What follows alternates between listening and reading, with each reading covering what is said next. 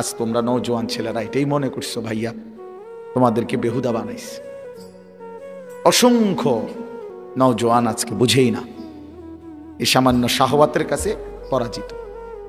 লজ্জাস্থানের একটা চাহিদা আছে, এটার কাছে সে হেরে গেছে। রাত নাই দিন নাই, সারাদিন মোবাইলে নারী ছবি, অশ্লীল দৃশ্য, উলঙ্গপনা, অসভ্যতা এই নিয়েই ব্যস্ত। এক পরাজিত ব্যর্থ কাপুরুষ, এক অপদার্থ, যে তার জিন্দিগি মনে করছে নারীর জন্য। পৃথিবীতে আমি সৃষ্টি হয়েছি নারীর জন্য। এতটা ফালতু মানুষ হয় কেন? এতটা ফালতু। কেউ যদি মনে করে আমার দুনিয়া বানাইছে ভাত কতটি খাওয়ানোর জন্য, তো এটা কোনো কথা হইল? তো খাবারের চাহিদা, এটাও তো একটা চাহিদা। পানির চাহিদা, তৃষ্ণা, এটাও তো একটা চাহিদা। লজ্জাস্থানের চাহিদা, এটাও তো একটা চাহিদা। তো শুধু এটা পূরণের জন্যই আমারে বানাইছে? তাহলে এই নাচ গান, এই নাটক, সিনেমা, এই বেপর্দা নারীর এই হাঁটা কেন? শাহওয়াতের কারণ। যৌন চাহিদা, যৌন প্রবৃত্তি, এটা পূরণের জন্য।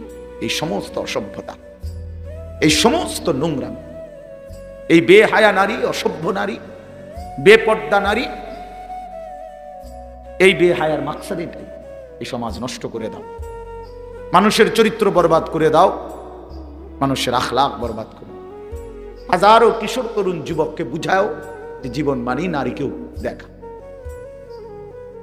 এতটুকুকেই মনে করছে জিন্দিগির মাকসাদ। হায় হায় আহাম্মক, তার কি শিখাইলো, পড়লো কি? এ বলে কিতা বলে পড়ছে, কয়েক ক্লাসেই বলে A+ পাইছে, পাইয়া অনহার রাত বেড়ি যায়। ফালতু কথা, অপদার্থ। এটা কোনো কথা হইল বেটা? এ কোনো জিন্দিগি হলো?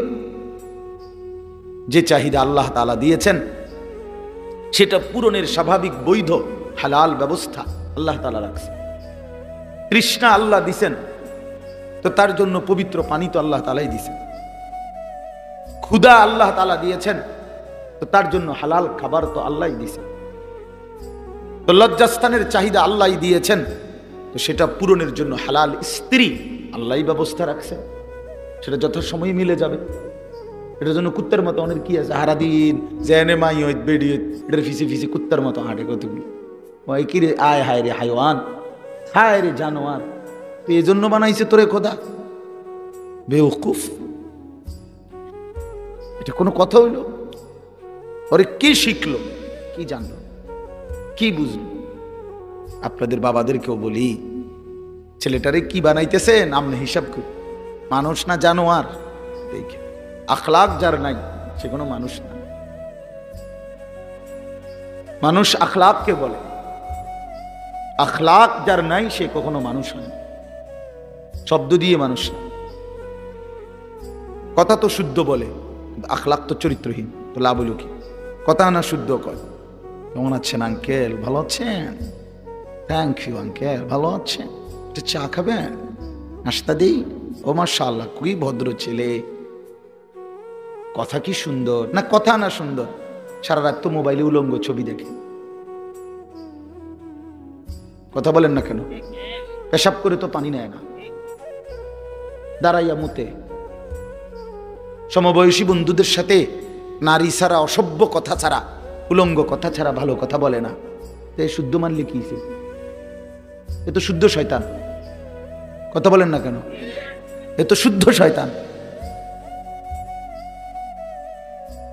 তাইলে আখলাক বড় সম্পদ, আখলাক সম্পদ।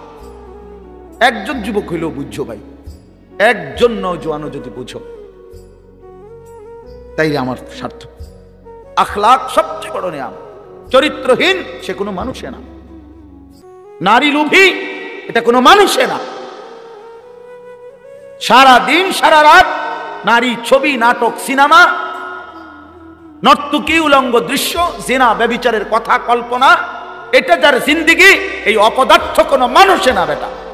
এটা জানোয়ার বেটা, তো হাইওয়ান, তো কুকুর, বিড়াল, চতুষ্প জন্তু ছাড়ার ওই মানুষ হবে কেন? ওই কিসের মানুষ বেটা? স্বজ্ঞানে সশরীরে ঠান্ডা মাথায় বুঝা মিয়া মুসলমান নিজের ঘরে নিজের স্ত্রী ছেলে মেয়ের জন্য বছরের পর বছর নাচ গান নাটক সিনেমা নর্তকীর ছবি দেখবার জন্য নিজ ঘরে রঙিন টেলিভিশন দিয়ে রাখছেন, নিজের টাকা দিয়ে বিদ্যুৎ বিল দেন, নিজের টাকা দিয়ে ডিশের বিল দেন। এত বড় অসভ্য মা বাপ হইতে পারে না মিয়া, এরা মা বাপ হইতে পারে না। কিসের মা বাপ এরা যে আপন সন্তান নারীর ছবি দেখবে, জিনা ব্যভিচার দেখবে, নাটক সিনেমা দেখবে, নোংরামি দেখবে। আমি বাপ, আমার ফুটতে তে বইয়া বইয়া বেডি চাইবো আর আমি বিল দেমু, আমি ডিশ দেমু, আমি বুঝি বাপ? বেটা কথা এটা, তুমি বাপ? হ্যাঁ, তুমি সন্তানের কল্যাণকামী কথা বলেন, এটা কথা হইল মিয়া? আপন বাপ কেমনে এত বড় জুলুম করে সন্তানের উপরে?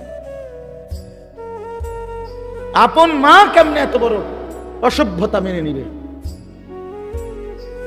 বলেন কি আশ্চর্য মুসলমান বেঈমানের থেকে দেখে দেখা ফ্যাশন শিক্ষা লাইলেন।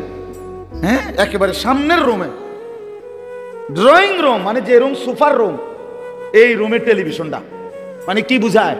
কারণ যে কোনো মেহমান আসলে তো ঢুকবে বসবে তো এই রুমে, ঠিক না? তো যেই কোনো মেহমান আসলে যেন বুঝে নেই প্রথম যে আমার ঘরে রঙিন টেলিভিশন দেখেই বুঝে নিয়েন এটা ইমানদারের ঘর না। এটা প্রথমে বুঝাই দিচ্ছে, বুঝেন না কথা? আপনি যাতে ভুল না হয় প্রথমেই বুঝাই দিচ্ছে। ডোন্ট মাইন্ড, কেউ মাইন্ড করবেন না, এটা ইমানদারের ঘর না। আপনি আপনার মন মতোই কি নাটক সিনেমা দেখতে পারবেন, আমরা এগুলো দেখি।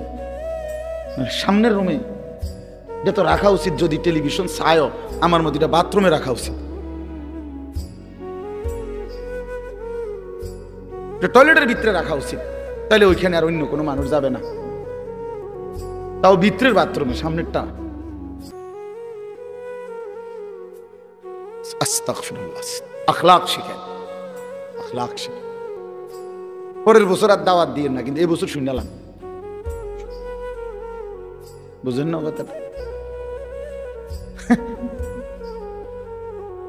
পরের বছর চিন্তা বা এবারে শুনে।